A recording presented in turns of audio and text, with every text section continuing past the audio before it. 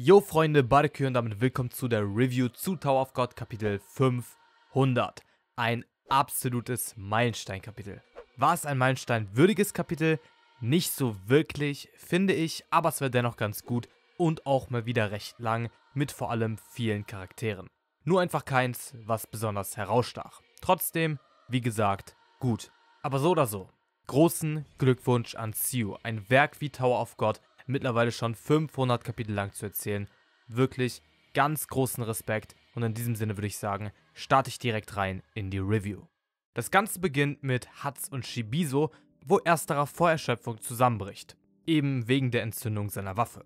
Shibizo sorgt sich dann um Hats und dieser sagt, dass er von nun an noch stärker werden möchte. Ah ja, und Shibizo soll Kun hiervon natürlich auch nichts erzählen. Finde ich cool, dass hier mal wieder die Rivalität zwischen den beiden auf so einer Comedy-Ebene hervorgehoben wird. Dann sehen wir, dass einige, wenn nicht alle der Gefangenen freigelassen wurden. Zumindest die, die dort anwesend war. Einer von denen war Jordan. Und jetzt wird es heftig. Jordan ist blind. Yasracha hat ihm sein Augenlicht genommen und dennoch möchte Jordan zu Yama, um ihm zu helfen. Heftig ist dabei auch die Wortwahl. Er sagt nämlich, dass er ihn sehen möchte. Wirklich traurige Szene. Ich hoffe, dass Jordan einen Weg findet, um dieses Problem irgendwie zu umgehen. Dann geht zu Yama und dieser liegt natürlich blutüberströmt am Boden und trotzdem will Yama nicht um sein Leben betteln. Daraufhin droht Yasracha dann damit, dass Yama regungslos und ohne Macht dort verharren wird und zusehen muss, wie seine treuen Begleiter und Canine People sterben werden. Und das nur, weil Yasracha ihm zeigen möchte, wie schwach und wie klein er wirklich ist. Anschließend sehen wir dann Doom und dieser ist alleine, weil Paul zusammengebrochen ist. Vermutlich, weil er sich mit seiner Verwandlung zu weit getrieben hat. Deshalb gibt Doom jetzt schon sein Äußerstes, um Yama irgendwie zu helfen, weil er nun mal auch weiß, dass Yama Yasracha nicht besiegen kann. Er entdeckt dann eine Maus mitten in der Säure und erkennt auch, dass es offensichtlich eine Falle ist, stürmt dann dennoch in Vollspeed in die Säure und teleportiert sich rechtzeitig zu Yama. Es hat ihn zwar verletzt, aber er steht noch. Daraufhin geht es dann zu Hockney, Rak und Elaine, die es zum Kontrollraum geschafft haben, wo einfach mal fliegende Fische mit Zielscheiben auf dem Rücken sind, plus Riesenkrabbe, die natürlich auch von Yasracha gefangen wurde und wohl der Boss in dem Raum ist. Die Krabbe scheint auch gar kein schlechter Typ zu sein, nur hat Yasracha ihr versprochen, sie zu befreien, wenn er sie besiegt. Plötzlich sehen die drei dann auch, was auf den Feldern passiert ist und während es bei Bam ruhig aussieht, so sehen sie bei Yasracha Yama am Boden. Da Elaine allerdings nicht dumm ist, checkt sie dann auch, dass White bei Bam auf dem Feld bzw. auf seiner Route ist und dort womöglich etwas Unschönes passieren wird. Sie hat einfach ein ungutes Gefühl. Durch diese Fische können die drei plus Kun dann auch tatsächlich helfen. Die Fische haben entweder ein Dreieck, Quadrat oder Kreis auf dem Rücken und tragen die Farben Blau, Rot und Orange. Die drei Symbole repräsentieren die Münzen, die genutzt werden können, um Items zu kaufen. Jetzt ist es so, dass der Wert der jeweiligen Münze fallen oder sinken kann. Sie beginnen mit 100 Punkten, die zu Beginn einer Münze entsprechen. Dann ist es so, dass sie mit diesen Münzen die Items kaufen können. Die roten Fische erhöhen den Wert einer Münze, die blauen reduzieren ihn und die orangenen erlauben es ihnen, Münzen zu tauschen. Also zum Beispiel eine Kreismünze gegen eine Dreiecksmünze. Einen Fisch fangen kann man mit einem Speer. Heißt also, wir bekommen eine Rack-Action. Das Problem ist aber, dass die Krabbe sich dem in den Weg stellt. Heißt also, je länger sie warten, desto geringer werden ihre Chancen darauf zu gewinnen, weil die Krabben die Fische einfach tötet. Das tut sie dann auch bei einer und daraufhin ist dann auch direkt eine Kreismünze im Wert gestiegen, was natürlich bedeutet, dass sie diese mit ihren 100 Punkten aktuell nicht mehr kaufen können. Sie wollen sich also beeilen, um Yama ein Item zu besorgen. Rak legt dann auch einfach los, aber Hockney macht deutlich, dass sie ein bisschen mehr auf Taktik achten sollen. Vor allem, weil Hockney seine Augen hat. Ihr Ziel ist es nun also, Yama zu retten. Und apropos Yama, da geht dann jetzt auch der Schwenker hin. Doom ist direkt ein bisschen schockiert über Yamas Verfassung und will diesen motivieren, nochmal aufzustehen. Yasracha ist dann der Meinung, dass Doom wohl etwas vorbereitet hat, doch es nun leider zu spät ist, denn Yama liegt immerhin schon auf dem Boden. Yasracha unterstreicht dann noch einmal, dass er Doom einst verschont hat und dass dieser seine Brüder hätte warnen soll und dass es dumm war, zu einer Organisation wie FARC zu gehen. Woraufhin Doom ausrastet.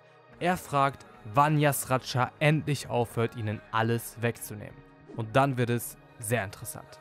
Ich glaube, zum ersten Mal wird die Mutter der drei erwähnt, wobei vielmehr die Mütter. Yasracha fragt nämlich einfach, welche Mutter Doom meint, nachdem dieser Rache für seine Eltern üben möchte. Seine Mutter oder Yamas Mutter? Denn Yama und Paul haben jeweils eine andere Mutter als Doom. Yasracha erklärt uns also, warum Doom die K9s manipulieren kann und die anderen beiden nicht. Es liegt daran, dass Pauls und Yamas Mutter keine K9 war. Und Yama hatte davon keine Ahnung.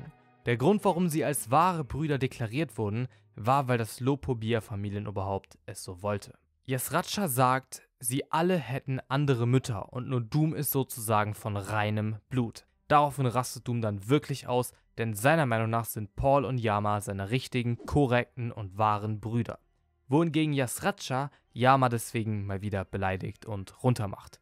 Zu guter Letzt geht es dann noch einmal zu Khun und Khun hat dieses Spiel natürlich direkt verstanden und direkt auch eine Liste von Items erstellt, die sie nun kaufen wollen. Khun überlegt, wie er am besten helfen kann und sagt Hockney, dass sie gamblen und auf Risiko gehen sollen.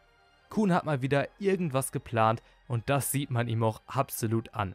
Er lässt sich jetzt voll und ganz auf das Spiel ein und will ein bisschen Spaß haben. Kapitel Ende.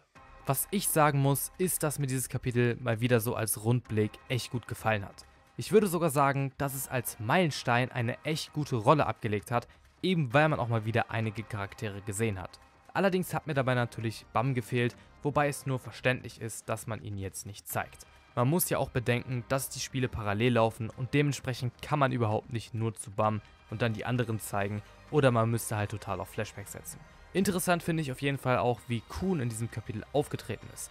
Er scheint auf jeden Fall einen Plan zu haben und ich bin wirklich verdammt nochmal gespannt darauf, wie sich dieser Plan äußern wird. Denn wir dürfen nicht vergessen, dass Khun im ersten Abschnitt doch schon um die Position des MVP gerungen hat. Nur durch ihn konnten sie Dokoko und seinen Vogel besiegen und nur dadurch konnte White wieder an Stärke gewinnen und Bam helfen. Jetzt rächt sich das natürlich wieder, aber im ersten Abschnitt hatte Khun damit eine wirkliche MVP-Position. Und gemäß an der Tatsache frage ich mich, ob Khun vielleicht nochmal mit einer solch temporären Lösung um die Ecke kommt, die sich dann letzten Endes aber wieder rächen wird. Das könnte dann nämlich auch dafür sorgen, dass dieses Verhältnis zwischen Bam und Khun einen Bruch bekommt, was natürlich gerade zu einem Zeitpunkt wie diesen in Bams Entwicklung tödlich wäre. Denn was man auch nicht vergessen sollte, ist die Frage, ob Khun von Agraptor und Prinz Bescheid wusste. Sollte er nämlich Bescheid gewusst haben, dann wird das auch einen Keil zwischen die beiden treiben und es würde dafür sorgen, dass Khun und Bam vorerst getrennte Wege gehen könnten, was dann natürlich in Bams Entwicklung ein großes Kapitel wäre. Abgesehen davon bin ich auch wirklich gespannt darauf zu sehen, welche Items wohl gekauft werden. Ich habe nämlich wirklich Bock darauf, mal wieder neue Items zu bekommen. Und was natürlich auch ganz wichtig in diesem Kapitel war, war die Information bezüglich Doom, Yama und Paul. Auf der einen Seite unterstreicht es nochmal eine meiner vorherigen Aussagen. Ich meine nämlich, ich hätte mal in einem Video gesagt, dass Doom das größte Potenzial unter den dreien hat. Zumindest als K9 scheint es hier auch wirklich so zu sein. Aber gleichzeitig ermöglicht die Tatsache, dass Yama kein voller K9 ist, ganz andere Wege für ihn. Also vielleicht bedeutet gerade dieser Aspekt, dass Doom eigentlich sogar das geringste Potenzial hat. Ich glaube, es kommt wirklich auf die Auslegung an und es ermöglicht Xiu vollkommen neue Ebenen bezüglich der drei. Vielleicht kann sich Yama sogar deswegen von der Manipulation Yasrachas lossagen. Das wäre zumindest eine Möglichkeit, denke ich. Und sollte das funktionieren, dann hätten Doom und Yama vielleicht sogar eine Chance. Zumindest dann, wenn sie jetzt die Unterstützung von Khun und den anderen bekommen. Und was ich jetzt gerade natürlich auch gar nicht so explizit in der Itemliste erwähnt habe, anscheinend gibt es ja auch ein Item namens Enemy Forced Return, also ein Item, was den Gegner zwingt, zurück in das Gefängnis zu gehen. Und dementsprechend könnte das natürlich auch die Lösung sein, um eben Yasracha temporär zumindest aufzuhalten. Ich meine, das ist jetzt nicht 100% sicher, würde ich sagen, denn erstmal ist die Frage, kriegen sie das Item? Die Frage ist, nutzen sie das Item wirklich für Yasracha oder offenbart sich zum Beispiel noch ein anderer Gegner? Das könnte natürlich sein, so oder so. Ich denke, es wird darauf hinauslaufen. Allerdings kann es natürlich wirklich sein, dass es auch ein anderes Item ist, was es eben Yama und Doom ermöglicht, Yasracha auch zu besiegen. Und in diesem Sinne komme ich dann auch schon zum Ende von diesem Video. Lasst mich gerne wissen, wie euch das Kapitel gefallen hat. Schreibt mir eure Erwartungen an das nächste Kapitel sehr gerne in die Kommentare. Ich wünsche euch jetzt noch einen schönen Tag. Ciao und bis zum nächsten Mal.